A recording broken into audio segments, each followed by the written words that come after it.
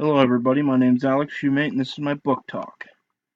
My book is Slaughterhouse-Five, and the author is Kurt Vonnegut.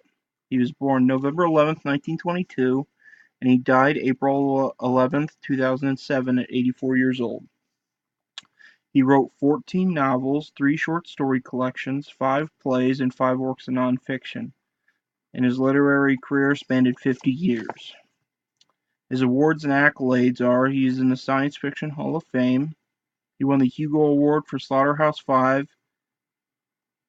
He won the Hugo Award for Cat's Cradle, and then he won the Hugo Award for Sirens of Titan. He also won the Nebula Award for Slaughterhouse-Five. He dropped out of college and enlisted in the Army in 1943, where he was captured by the German Army during the Battle of the Bulge, and he was interned as a prisoner of war in Dresden, Germany, which is important because that's where the book is set in.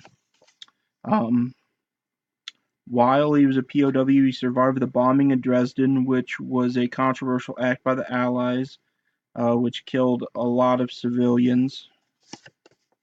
I chose this book because it's considered a great work of American fiction, and it's kind of a classic book. Slaughterhouse-Five was the author's biggest success, both critically and commercially, and it's considered a controversial book due to its anti-war message, and it came out during the Vietnam War, which made it kind of the perfect book for the perfect time. The main character in the book is a guy named Billy Pilgrim, and it chronicles his life from being in World War II to after the war. And you throw in a couple aliens and some time travel, and I guess you get yourself a great book.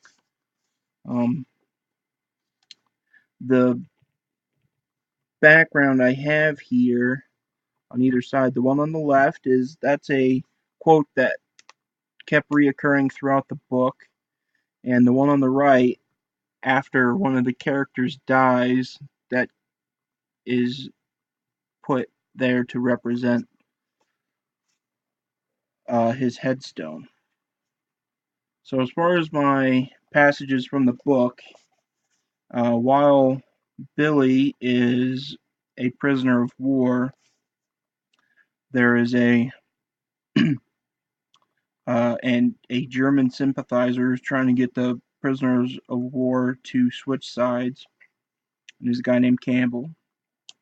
So it reads, Campbell offered the Americans food now, steaks and mashed potatoes and gravy and mince pie, if they would join the Free American Corps.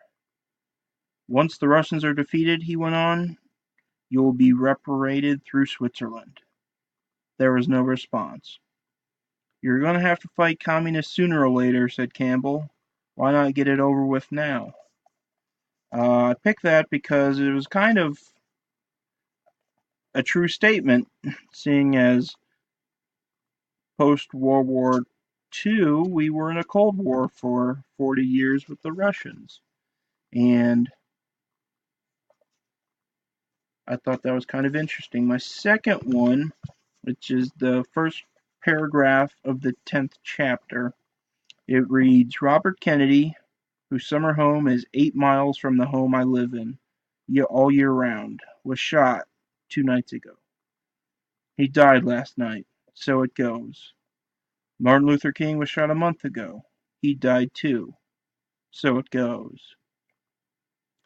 And every day my government gives me account of corpses created by military science in Vietnam, so it goes.